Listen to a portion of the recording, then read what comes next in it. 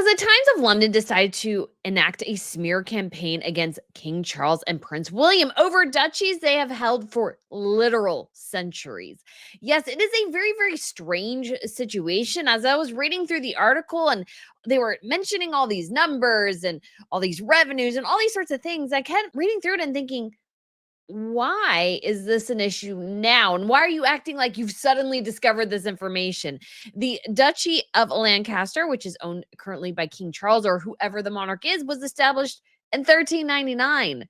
Yes, that's a long, long time ago. And the Duchy of Cornwall was, of course, founded for the heir apparent in order to give them an income in 1337.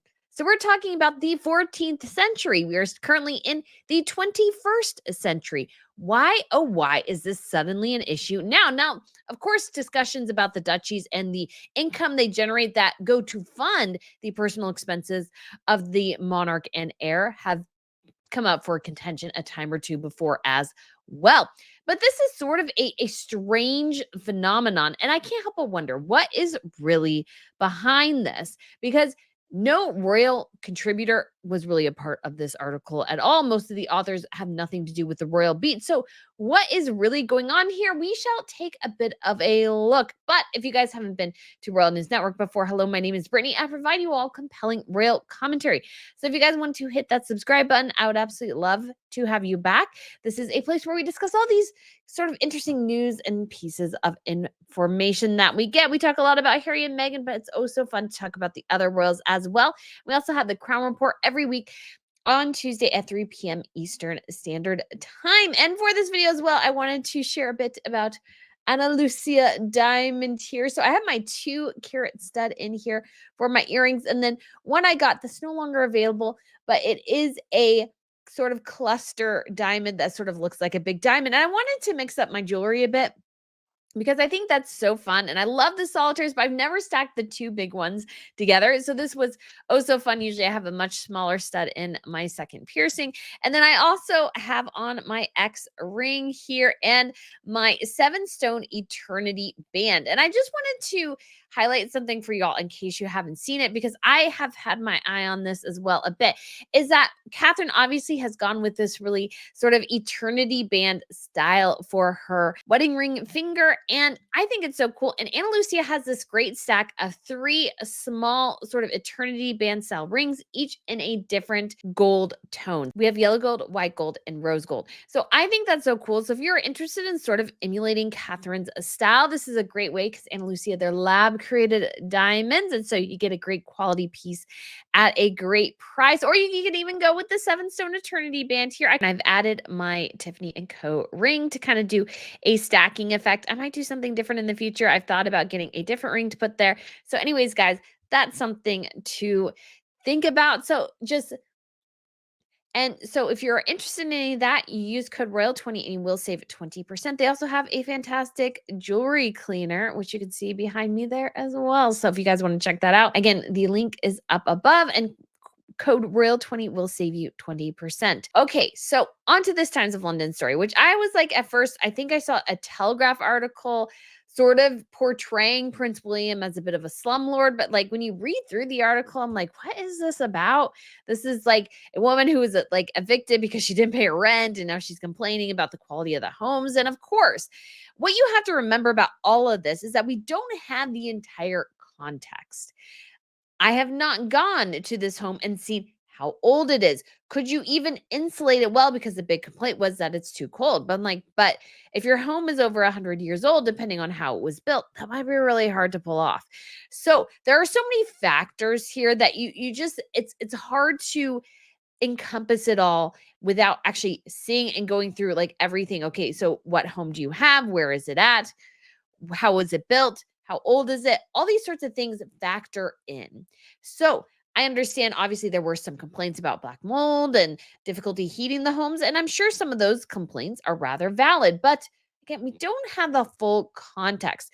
And so this seemed to be a coordinated piece between a Channel 4 program called Discourses, the Times of London, and the Mirror. because they all had different facets of this story. And yet, obviously, the times and discourses were fully coordinated and seemed like the mirror had more the Cornwall side of the equation. And so, to sort of have a broad view of everything, we do need a bit of a history lesson before we go into the article, because that is rather key. So, if you don't know, the Duchy of Cornwall was established in 1337 by Edward III for his son and heir, Prince Edward. So the Duchy of Cornwall was a way for whoever the heir was, whoever the living heir was for the monarch, to have an income stream. And this is actually broadly how much of the duchies worked. They don't work this way anymore.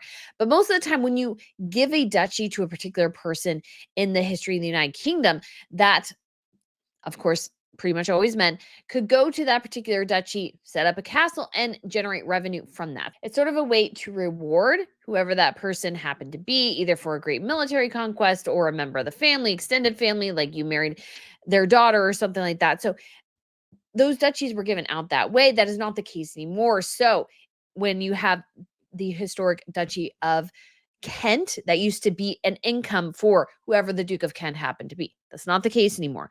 The only two duchies that the royals control, the royal family does, are the Duchies of Lancaster and Cornwall. And they're sort of, you could call them landlords. And so they lease the land to particular groups and peoples and those sorts of things. And it said, according to the actually Duchy of Cornwall website, the Prince of Wales is not entitled to the proceeds or profit on the sale of capital assets and only receives an annual income which they generate. So the Duchy of Cornwall overall is worth $1 billion. But William cannot do with this whatever he pleases. There are certain instances where if he sells something, he can't really sell it for personal gain, has to go through a lot of checks and balances. So these aren't something where he can just willy-nilly do whatever he wants. In the case actually of the Duchy of Westminster, which is actually, it's not active anymore. We do have somebody called the Duke of Westminster, but he doesn't have the duchy, but they still control the land that was originally attached to the duchy. I don't think that's the case for everyone. And that generates a lot of revenue. And so it's part of a $1 billion trust, a $1 billion portfolio. He makes a lot more than William does. He has a lot more access to the liquid assets attached to the duchy. That is not the case for Prince William. And so it is also a crown body and exempt from corporate taxes, the same as the Duchy of Lancaster. It has 135,000 acres, and they pay income taxes on the profits of the duchy. So William gets access to the profits of the duchy minus whatever his expenses are. Same thing with Charles. And in the last year, that actually profit was higher for Charles and William. Usually the Duchy of Cornwall made more money than the Duchy of Lancaster, but that has not been the case sort of recently. And then we move on to the Duchy of Lancaster. And it became part of the crown in 1359 when Henry Grosmont married Blanche, the daughter of John Gaunt, the son of Edward III. So John Gaunt, who was also known as the Red Prince, when he died, his nephew Richard II stole the Duchy of Lancaster and banished John's son, Henry Bolingbroke. But within a year, Henry was able to raise an army and come back to ascend the throne as Henry IV in October 1399. So at that point, the duchy became officially part of the crown, but not totally as well, because we have another stipulation, was that one of Henry's first acts as king was to stipulate that the conditions in which the Lancaster inheritance should be held, specifying that it be separate from the crown possessions, what we now call the crown estate. So these are properties that are used by the monarchy, but are essentially paid for by the sovereign grant broadly. And these properties are ones of like Buckingham Palace, national interest. So it behooves the people to help pay for the refurbishments of Buckingham Palace, because it's not just a private residence. People live there, yes, but it's not a private residence because it is a working palace. People come in there, they hold investments, they do different things at Buckingham Palace, and it should descend through the monarchy as a private estate. That is how it was set up. And so some 300 years later, under the Crown Lands Acts of 1702, it was decreed that the sovereign should only receive an income and not capital from the duchy. So, and it remains that to this day. So this is something that they've set up. I actually got that from the Duchy of Lancaster website. And there was an attempt in the 1830s to make the duchies public by the Whigs. And so, but they needed the support of King William IV for the Reform Act. And it was sort of a kind of a big government rejiggering. I am not familiar on all the details because This is about a broad overall view. And so the issue of these duchies came up, and they were like, they wanted to make them public again. So the government basically wanted to take them back. But they kind of sort of decided, well, they needed William's support. So part of his bargain within this entire process is that they got to keep these two duchies and everything else sort of went through. And this came up again during the reign of Queen Victoria. I believe it was King Edward as well. And there was some sort of vote in the 1970s on it. And now we are to Charles and William. And of course, this arrives right after Prince William had his documentary on We Can End Homelessness. And it's like you're just wondering, okay, so how did this all come through and what is going on behind the scenes? Because I will be honest, I don't follow English politics that closely. I see the headlines and stuff like that, but I'm not following it that closely. So I don't know all the ins and outs in this particular situation because I'm not British. We have our own political thing going on in the United States right now. So some of my mind is filled with that. And obviously, if you're in the UK, you are well aware of what's going on in the budget. The major thing I know is that the Labour government decided to have a record high tax recently. And they are hiking the gross domestic product record, and they are hiking it to 38.2%, which is the highest in modern British history. And it's the first time it has swelled to that size and not in a time of emergency or war. So, very interesting. So, we get to this article. I have to share all that because that gives you context into this article, which honestly, guys, to me doesn't make a ton of sense. And I start reading this and I'm like, why are you guys complaining about this? Because here's the thing. It says the Sundays of Times uncovered every plot of land. Oh, because this is brand new information that we've known since the 1300s, guys. Owned by the ancient duchies of Lancaster and Cornwall, and the business deals with the NHS, schools, and military that help fund the royals. So the issue here is that the royals own this land. To build or to have properties on this land, you must lease the land from the royals or the location, the building, or what have you. And so you have to pay them to do that, which I believe is called business. I believe that is called business.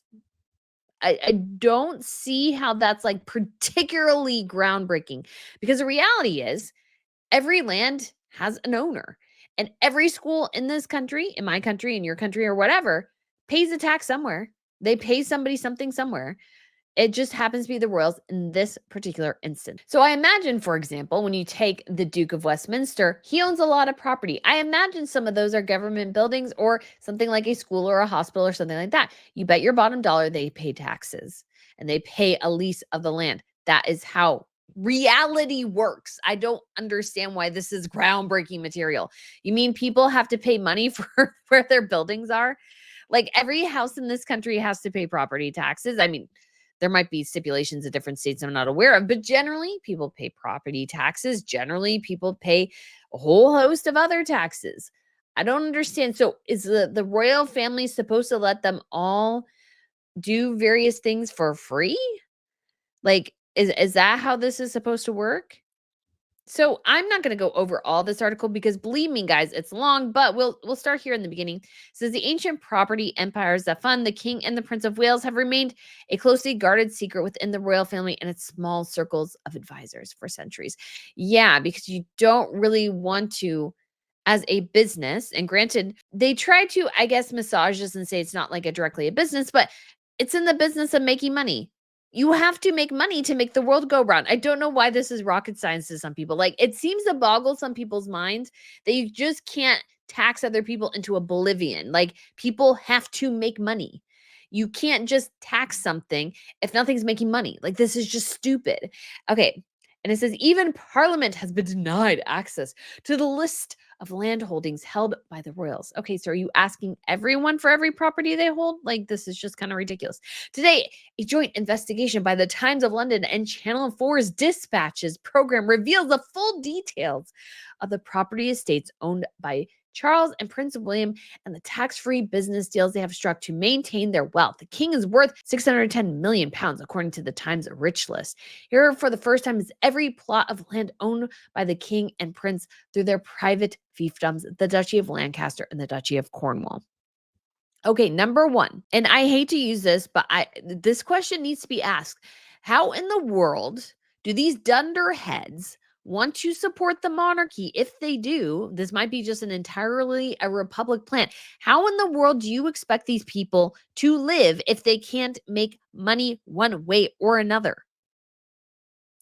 How in the world are they supposed to live? Because I imagine these same people would be up in arms if you had to increase the tax to pay for the royal family via the sovereign grant if these duchies went away. So, what do you people want? It doesn't even make any sense. Like, this makes no sense to me. So, you don't want to have them have these properties and allow them to generate revenue from these properties, but you also think the sovereign grant is ridiculous. So, I'm sorry, what do you want these people to do? Seriously, what do you want these people to do?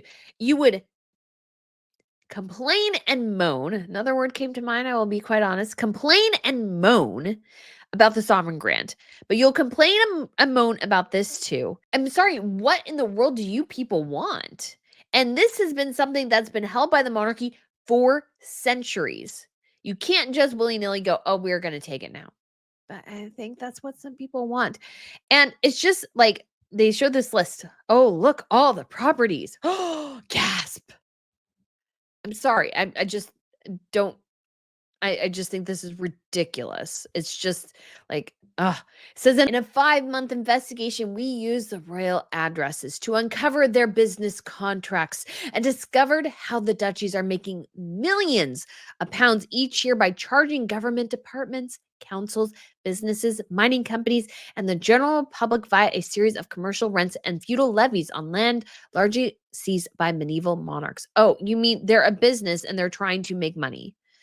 I'm sorry you're a government bureaucrat and you have no clue how money is made. I'm so sorry that is such a difficult concept for you. Like, are they supposed to not let it make any money? Like, this is idiotic. I don't understand. And I did a bit of look on some of these authors. I can't see anything that's particular, like they're strong Republicans or whatever. But this, I just think this is plainly dumb. I don't know what they want these people to do. So you just want to kick them out on the street? You don't want them to use their funds for, let's say, charitable purposes to help raise awareness about particular issues. You just want to, again, whine, moan, and complain that monarchs who have been around for centuries happen to have ties that go back centuries to particular properties like this. I just don't understand. Like there's epic levels of dumb here, I feel like. And I will say, guys, there is nothing wrong with doing an investigation like this. Number one, there's nothing wrong with then actually learning more about the properties on these various estates and how they're being used and everything like that. The issue I have is that I feel like they're making all these complaints, going through this whole list of situations, and then like they're not really giving a good solution here. But so I don't understand what the purpose is. Something like this should have a purpose. And I think I see what the purpose is, but this is not, and I should say this because somebody mentioned this in the comments. This has nothing to do with Harry. Take Harry out of your mind. This has nothing to do with Harry. There is something else going on here. So let's keep going. So the duchy files show the royals charge for the right to cross rivers, offload cargo onto the shore, run cables under their beaches, operate schools and charities, and even dig graves. The humanity. They earn revenue from toll bridges, ferries, sewage pipes, churches, village halls, pubs, distilleries, gas pipes, boat moorings, open casts and underground mines, car parks, rental homes, and wind turbines. Yeah, so, like, what do they want? So, I'm sorry, did you not pay? And I remember this from our time in Scotland. I believe it was a foreign company, I think it might have been China, who built a bridge, and in order to recoup the cost of building said bridge, they had to charge people for crossing that bridge in Scotland. So, they generated the money by charging every person who went across that bridge. And at some point they did recoup the cost and they kept charging, and so then they changed things.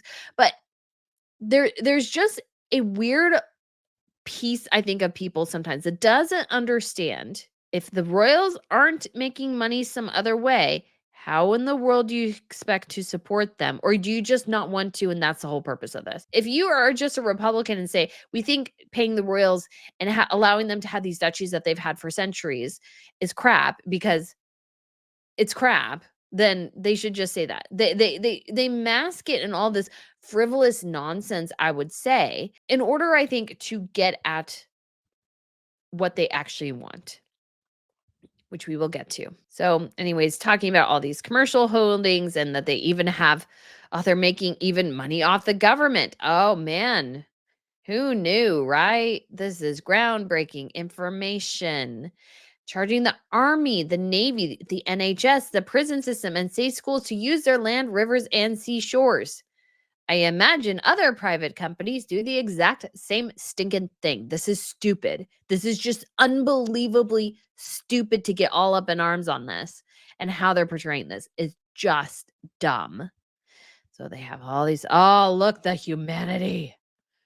The humanity. Oh, look, there's a prison. There's an NHS warehouse. Oh, the royals' formal duties, palaces, and official households are paid each year by the sovereign grant. This is agreed upon percentage of the income that the government-run crown estate makes by managing land surrendered by the monarchy 260 years ago. The next year grant will give the royals 132 million pounds. This again is to run the heads of state.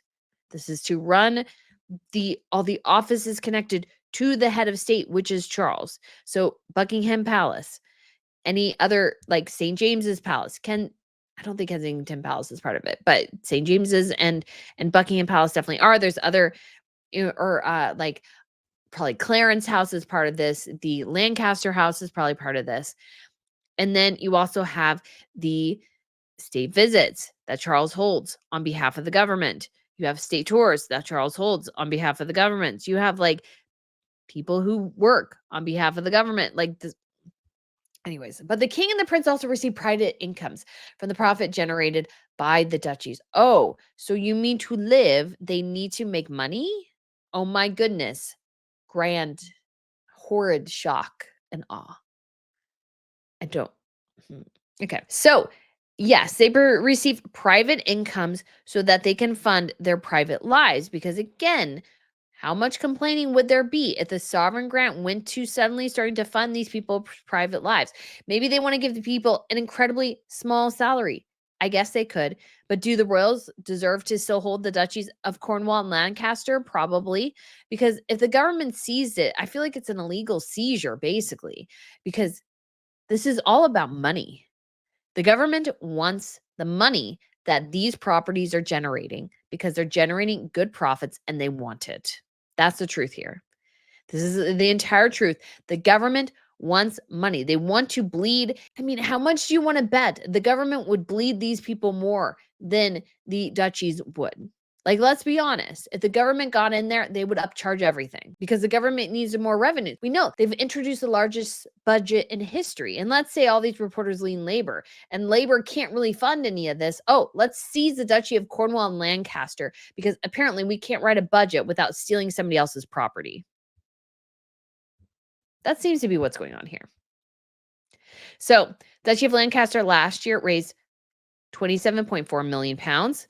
Cornwall, 23.6 million. They say this elsewhere, but I think Charles only had to pay like closer to 6% instead of the promised 45% because some of these costs are wrapped up in his duties as king. So even though he has a sovereign grant, he still utilizes the income he raises by the Duchy of Lancaster to pay private salaries that help him in function of his job. So again, so much of this is so ridiculous. Oh, look, our insight investigation reveals. Oh, look at guys. Okay, sorry. I'm being a little dramatic, but this is just quite frankly silly. So it kind of goes over and it shows how the Duchy of Cornwall made actually more money for the vast majority of time. It dipped 2021, kind of went up again in 24, and Lancaster had a huge bump here. I think this was for a wind farm or something, or that might have been Cornwall. I can't remember. So anyways, these duchies are doing good. They're making money, and they didn't make that much for a long time. And now some of this is due to inflation, but some of this is due to something called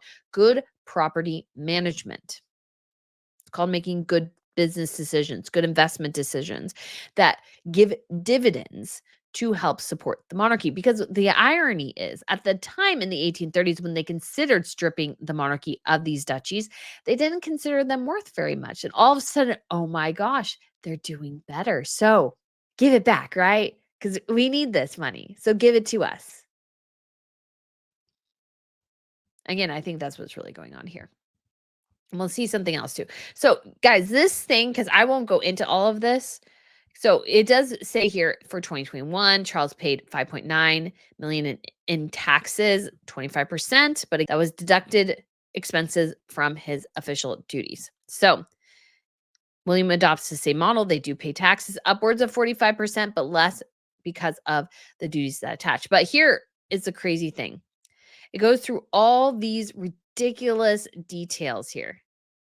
And so it says, this is, I feel like, so ridiculous. The duchy has charged the Ministry of Defense a total of at least 900,000 pounds for the right to moor boats on the water surrounding the college. And so this is the Naval College.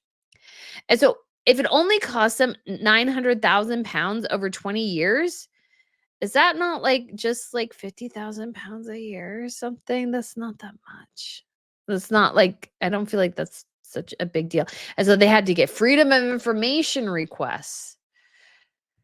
Oh, because, they're doing such groundbreaking work here. I'm sure you actually had the original, one of the original documents, from the 1300s too. So they don't share any of those though. Oh, look, and there's a prison. Again, I just don't understand. So like this guys goes on forever. Oh, they have mining rights. Oh, wind farms, like all these ridiculous things. Oh, rent via the Thames Water and Charities. Yes, you have to pay rent. What do they want? I don't understand. Like this is so ludicrously ridiculous. So the Duchy of Cornwall charges. And so 1,300 pounds a year to clear mud and preserve the banks. That's not that much. Water dock, harbor expenses, like all these sorts of things. So the like so what is the purpose of this? I don't understand. So let's see if we can get here. Okay, so here's the last little bit. So this is about a 2013 report on the Commons Public Accounts Committee. And so laborers, Baroness Hodge of Barking. Yes, that is the name. That is fully the name. And so looking at the special tax status, and it gives them unfair competitive advantage over other firms. Think about that for a second. So the duchy's business deals, they get, you could say, an unfair advantage because they do have special tax status. So they have a slight competitive advantage, but they also have a massive disadvantage. Why? Because William and Charles don't fully control it. They are massively restrained in what they can do. A private company can be much more flexible in this situation.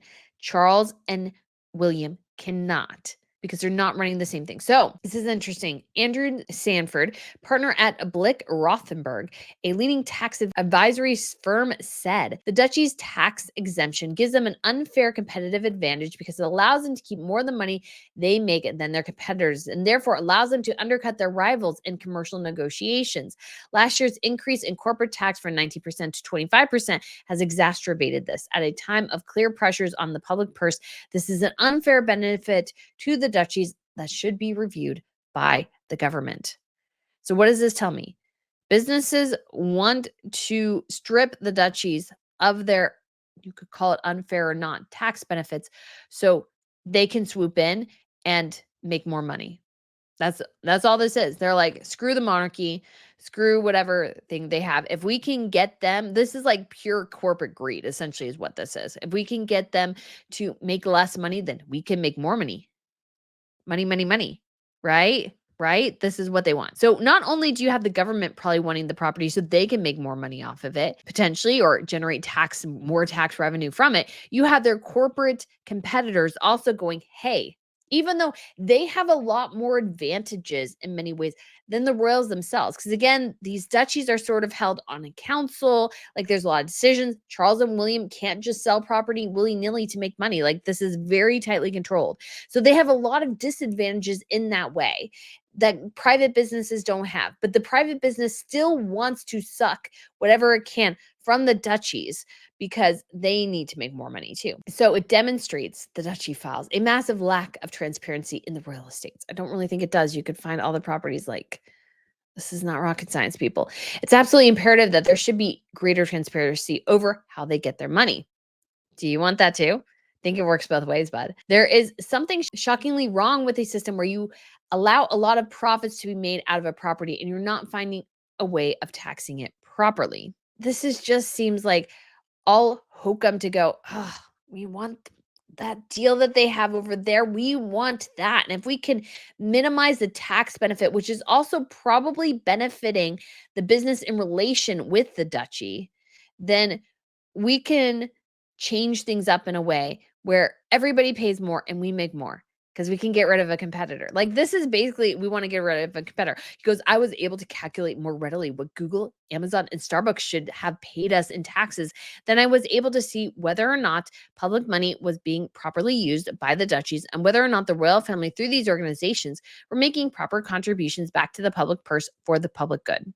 Oh, so you want the money. Yeah. So you want as much of the tax benefit as humanly possible. I mean, this is just ridiculous. This is just ridiculous. They want all the money coming back into them for the proper good. The Duchy of Lancaster spokesman did have a comment to the Duchy of Cornwall. The Duchy of Lancaster, it says, operates as a commercial company managing a broad range of land and property assets across England and Wales. It compiles all that relevant UK legislation and regulatory standards applicable to its range of business activities. While His Majesty the King takes a close interest in the work of the Duchy, the day-to-day management of the portfolio is the responsibility of the council and executive team. The financial and environmental performance of the duchy is disclosed each year in our published report and accounts, which are independently audited and freely available on the Duchy of Lancaster website.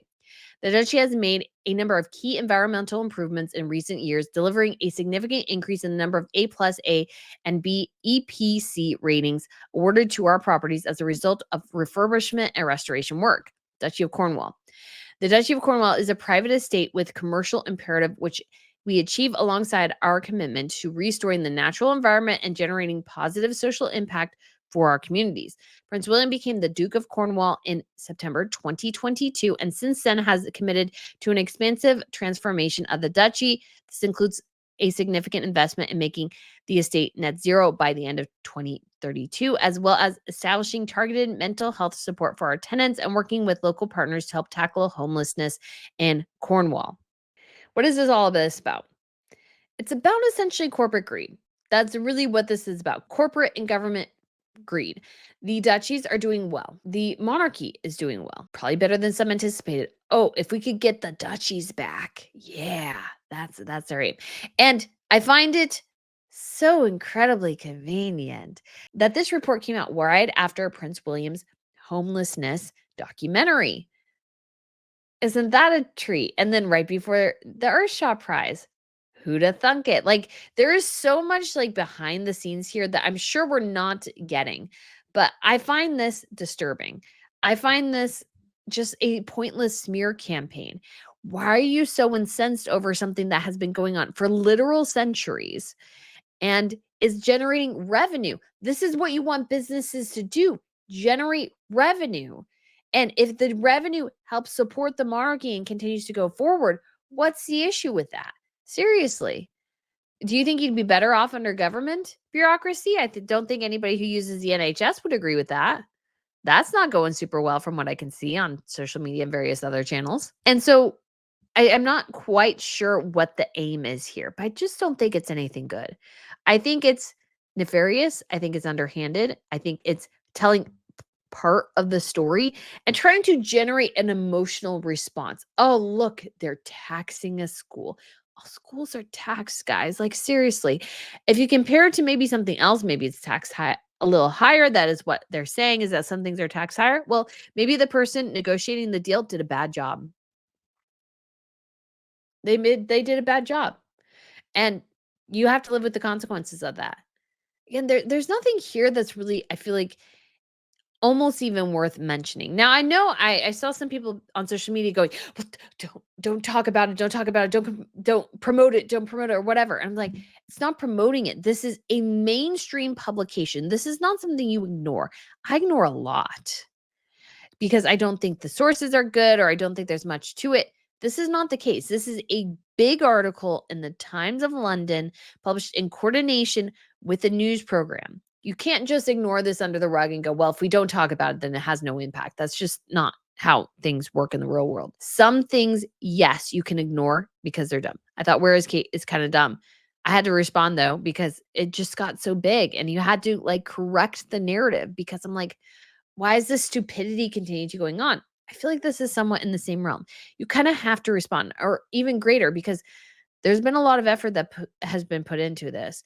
The Times put its own access to the monarchy on the line to run this story. And I don't think the monarchy will take this very well in the future, and nor should they, because I don't see what they're trying to get at. What is the aim here? It's like so long. I actually stopped reading it because it's like, well, they charge this for tax. I'm like, so are you all anemic to making money? That's the only thing I can think of is it needs to make money. Other royals, yes, they are on actually a government salary. So when it comes to Denmark, they have a very small, you could say, government salary.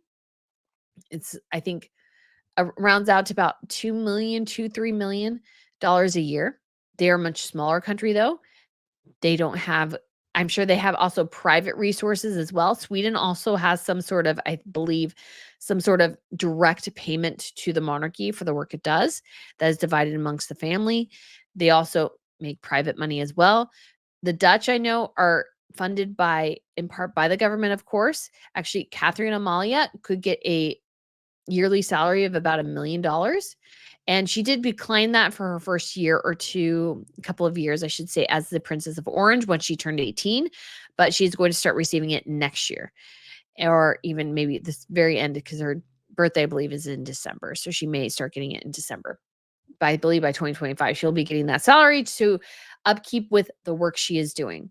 And there's also Dutch Shell. So Dutch Royal Shell. So part of the Shell company, or some sort of extend the Shell company. You have to forgive me. I didn't do all my research before this video, but somehow that does fund part of the Dutch royal family. So they actually get oil money.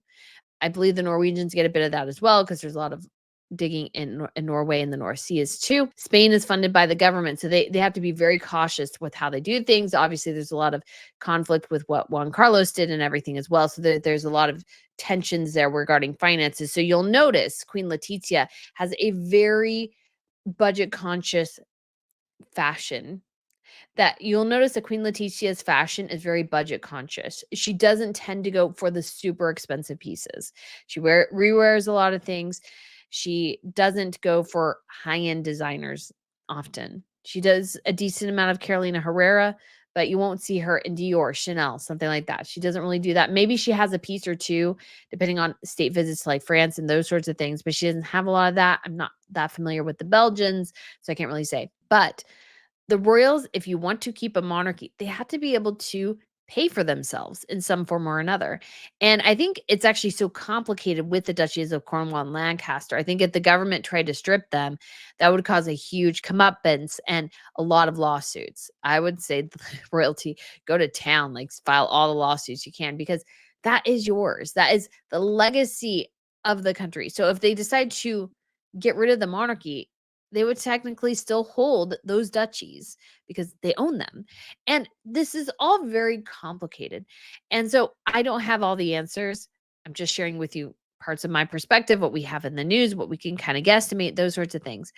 But I always find issue with people who are trying to portray themselves. Oh, I'm helping you. I'm giving you this brand new information. Oh, look, they're doing something terrible. When really, when you look at it, this is just business. What else are they supposed to do? Let it rot? You'd be complaining about that too. This is like just something so stupid that there's actually like almost no response, because whatever you would do, you would be mad. That no matter what the monarchy would do, people would be mad. So what are they supposed to do? The answer definitely isn't to just sit on the properties and do nothing with them. That's a terrible, terrible way to do things. They need to be able to make money from them because they need to be able to fund themselves, fund their charities, fund the future, of course. So why are you complaining? So I don't know if we may ever get the exact answer. Maybe if you're in the UK and you know maybe a bit more about these particular reporters or something like that, you can let me know. But I really feel like this is just a baseless smear campaign trying to regurgitate information we basically all already know and trying to spin it in the most negative light possible when, hey, they're just making good business decisions. Good for them. Good for them. Nothing wrong with that. So, guys, let me know what you think of this video. Thank you so much for watching, and I shall see you very soon. Bye.